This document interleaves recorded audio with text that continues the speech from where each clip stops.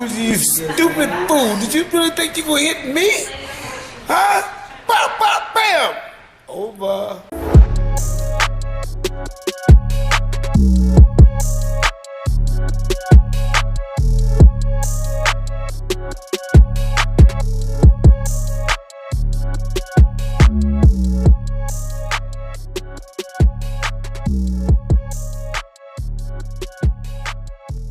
Dante's Boxing Nation, what's going on, guys? So former trainer of Gennady Golovkin is not taking it well. His termination of working with Gennady Golovkin for 9 years, he felt that he was betrayed and blindsided. It's rather ironic though, because for the last couple of months or the last year, Abel Sanchez, he's been promoting Gennady Golovkin as the money fighter.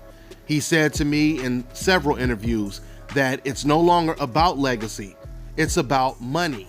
And it turns out money is exactly what got Abel Sanchez fired. So Abel Sanchez, he was really honest. He said, this is really heartbreaking.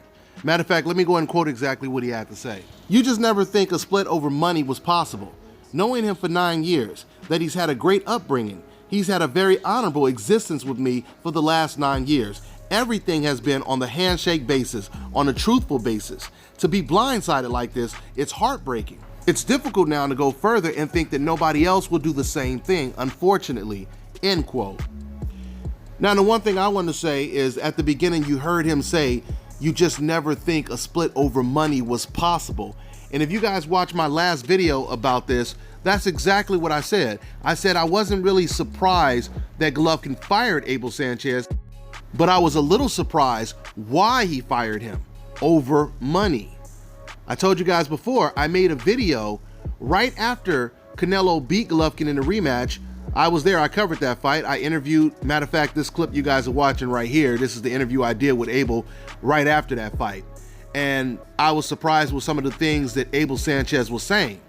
Abel Sanchez, he said that he didn't think that Gennady Golovkin won the fight. He said he didn't think either one of the guys won the fight. You would expect the trainer to say Golovkin won the fight hands down, but he didn't say that. He also said, let's not take away credit from Canelo's win, which is a clear indication that he did not feel it was a robbery. Something else he said that stood out was, I'm just happy there's another Mexican champion for Independence Day, with Abel Sanchez himself being Mexican. I thought these were things that would possibly trigger him getting terminated. Who knows, maybe that was part of the reason. But there's no doubt the fact that he just got a $100 million deal with DAZN, meaning if Gennady Golovkin gets paid more, that means his trainer gets paid more. Of course, that has something to do with it as well, which is why Abel Sanchez called Gennady Golovkin greedy and ungrateful. I could definitely see Abel Sanchez being really hurt because he was really, really loyal to Gennady Golovkin. He was willing to lie for Gennady Golovkin if he had to. He was willing to contradict himself over and over just in Golovkin's defense. For example, I'll never forget the interview Abel Sanchez did with me where he told me that Willie Monroe was a bigger name than Edeslani Lara, which was their reason for fighting Willie Monroe and not fighting Edeslani Lara, which everyone obviously knew wasn't true at all. Edeslani Lara, he had just fought Canelo Alvarez. Many people thought that Lara beat Canelo. Lara made $1 million in the Canelo fight.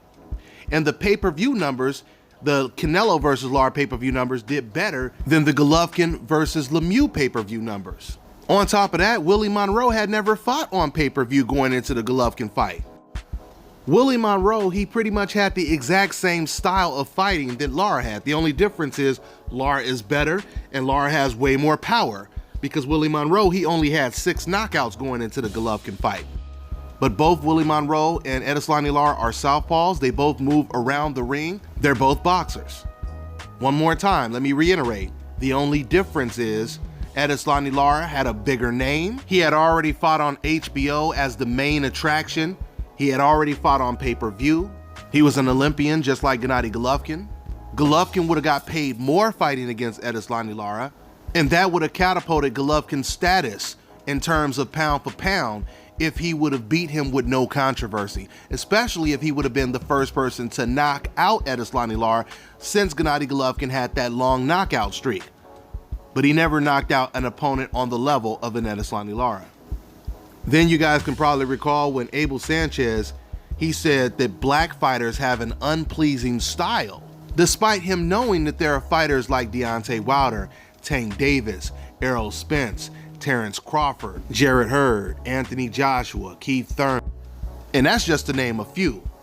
But despite him saying this, let's say Abel Sanchez, he really did believe what he said, that black fighters, they have this unpleasing style.